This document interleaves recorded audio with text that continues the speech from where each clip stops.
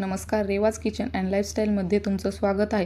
आज आपण पाहणार आहोत बिना भाजीची भाजी म्हणजेच मोदकाची आमटी। चवीला छान लागते, करायला एकदम सोपी आहे। चला तर मग रेसिपीला सुरुवात करूया। आपण आज स्टेप बाय स्टेप पाहणार आहोत। पहिल्यांदा आपण मोदकाची कणिक तयार करून घेऊ। त्यासाठी 1 वाटी बेसन, अर्धी वाटी गव्हाचं पीठ, त्यामध्ये चवीनुसार मीठ टाकायचं, त्यानंतर पाव चमचा हळद टाकायची, पाव चमचा जिरे टाकायचे, तुम्हाला आवडत असतील तर ओवाही टाकू शकता। त्यानंतर पाव चमचा लाल तिखट टाकायचं, त्यामध्ये 2 चमचे तेल टाकायचं आणि याला थोडं थोडं पाणी करून छान घट्टसर असं मळून घ्यायचं। जास्त पाणी वापरायचं नाही, कारण आपण यामध्ये बेसन वापरलेलं आहे। बेसन अगदी पटकन भिजतं, त्याला फार जास्त पाणी लागत नाही, त्यामुळे थोडं थोडं पाणी घालून याला छान घट्टसर असं मळून घ्यायचं आणि याला 10 मिनिटे झाकून ठेवूया। आता पीठ मळून झालं, याचा आतला मसाला म्हणजेच सारण तयार करून घेऊ। त्यासाठी मिक्सरच्या भांड्यात 10 ते 12 लसणाच्या पाकळ्या, 1 इंच आलं, 3 ते 4 हिरव्या मिरच्या याला बारीक करून घेऊ, जाडसर वाटून।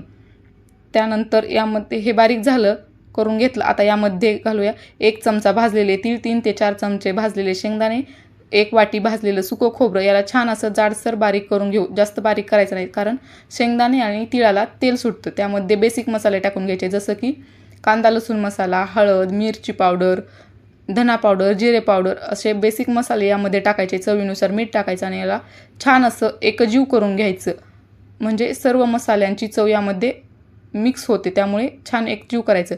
त्यानंतर आता आपण रश्श्यासाठी जे वाटण लागणार आहे त्यासाठी कढई गरम करायला ठेवली। त्यानंतर त्यामध्ये 1 चमचाभर तेल टाकलं, 1 बारीक पातळ चिरलेला कांदा घेतला, त्यामध्ये तो टाकून परतून घेतला। कांदा छान परतला की सुकं खोबरं 2 चमचे टाकलं आणि हे छान परतून घेतलं। ते थंड होईपर्यंत आपला वेळ वाया जाऊ नये, आपल्याला उन्हाळ्यात पटकन स्वयंपाकातून सुट्टी मिळावी यासाठी आपण लगेच मोदक तयार करायला घेऊ।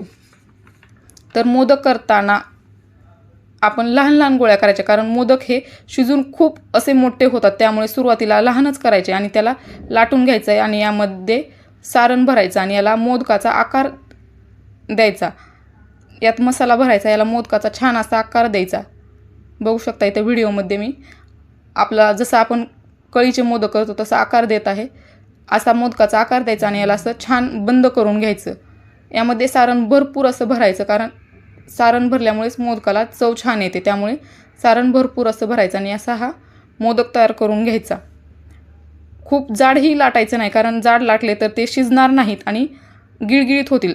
अगदीच मोदकाचा आकार द्यावा असं काही नाही। जर तुम्हाला मोदकाचा आकार द्यायचा नसेल तर नाही दिला तरी चालेल। बरेच जण काय करतात, जस्ट असं मसाला भरतात, याच्यामध्ये पाकळी वगैरे काही पडत नाहीत आणि याला बंद करून घेतात। या प्रकारे तुम्ही असंही केलं तरी चालेल, तुम्हाला जसं सोपं वाटेल तसं करू शकता।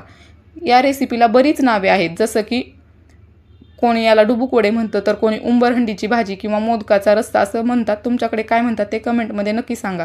त्यानंतर आपण ह्या रश्श्यासाठी जर कांदा खोबरं भाजलं होतं, त्यामध्ये ते मिक्सरच्या भांड्यात छान असं बारीक करून घ्यायचं। थोडीशी कोथिंबीर, लसणाच्या पाकळ्या टाकून ते बारीक झाल्यानंतर कढई गॅसवर गरम करायला ठेवायची। त्यानंतर 4 ते 5 चमचे तेल टाकायचं। त्या तेल गरम झालं की जिरे मोहरी टाकायची। जिरे मोहरीची छान कडकडीत फोडणी बसली की त्यामध्ये वाटून घेतलेलं वाटण टाकायचं। ते वाटण छान परतलं की आपला जो मोदकाचा मसाला शिल्लक राहिलेला होता तो मसाला यामध्ये टाकायचा आणि त्यानंतर आपला कांदा लसूण मसाला, हळद, धना पावडर, बेडगी मिरची पावडर आणि घरगुती साठवणीचा मसाला हे छान तेल सुटेपर्यंत परतलं की यामध्ये तुमच्या आवडीनुसार म्हणजेच तुमच्या कन्सिस्टन्सीनुसार तुम्हाला जितकं पाणी टाकायचं तितकं पाणी टाकायचं। हे पाणी छान उकळलं, खळखळ्याला उकळी आली की यामध्ये आपण जे सर्व मोदक तयार करून घेतले होते ते टाकायचे आणि यामध्ये मोदक टाकल्यानंतर कमीत कमी 10 ते 12 मिनिट हे छान मंद गॅसवर शिजून घ्यायचे आणि मधून 3 ते 4 मिनिट झाले की याला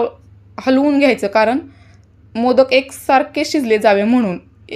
छान एकदम त्याला कडून उकळी आली पाहिजे असं शिजवून घ्यायचे। त्यानंतर बारीक चिरलेली वरून कोथिंबीर टाकायची आणि हे बघू शकता आपले मोदकाची भाजी तयार आहे। तर रंग आणि दाटसरपणाही किती छान आलेला आहे। जरी तुमची अगोदर भाजी थोडी पातळ दिसत असली तर शिजल्यानंतर त्याला आपोआप दाटसरपणा येतो।